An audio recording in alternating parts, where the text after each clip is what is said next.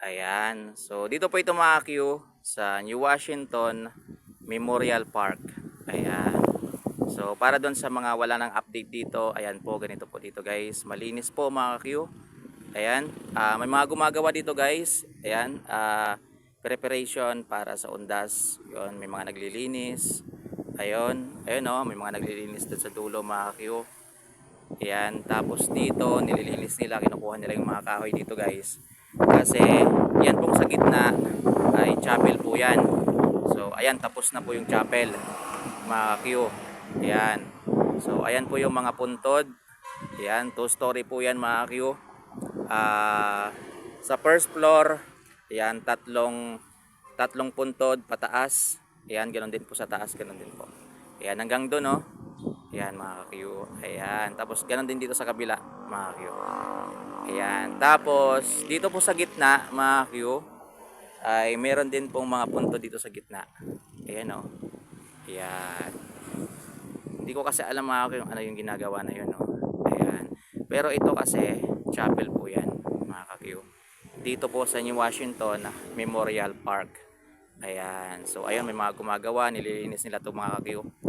Yan, para pagdating ng November 1, malinis po yung New Washington Memorial Park. Ayan o, hinahakot nila. So dito mga Q, ayan, hahakutin pa yan.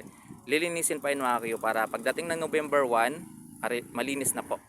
Ayan, tapos dito mga Q, merong arko dito. Ayan. Ayan, mamaya lalabas tayo para makita nyo mga Q. Ayan, tapos merong gate. May gate dito. Ayan. Maganda dito mga Q, malinis po yung sementeryo dito sa New Washington Memorial Park. Ayan. Bago to mga Q, hindi ko lang alam kung ilang taon na to. Ayan. So tara, labas tayo para makita ninyo yung labas. Ayan. Ito, dito lang, tabi ng kalsada oh. Ayan. Tawid tayo mga Q para makita nyo yung arko.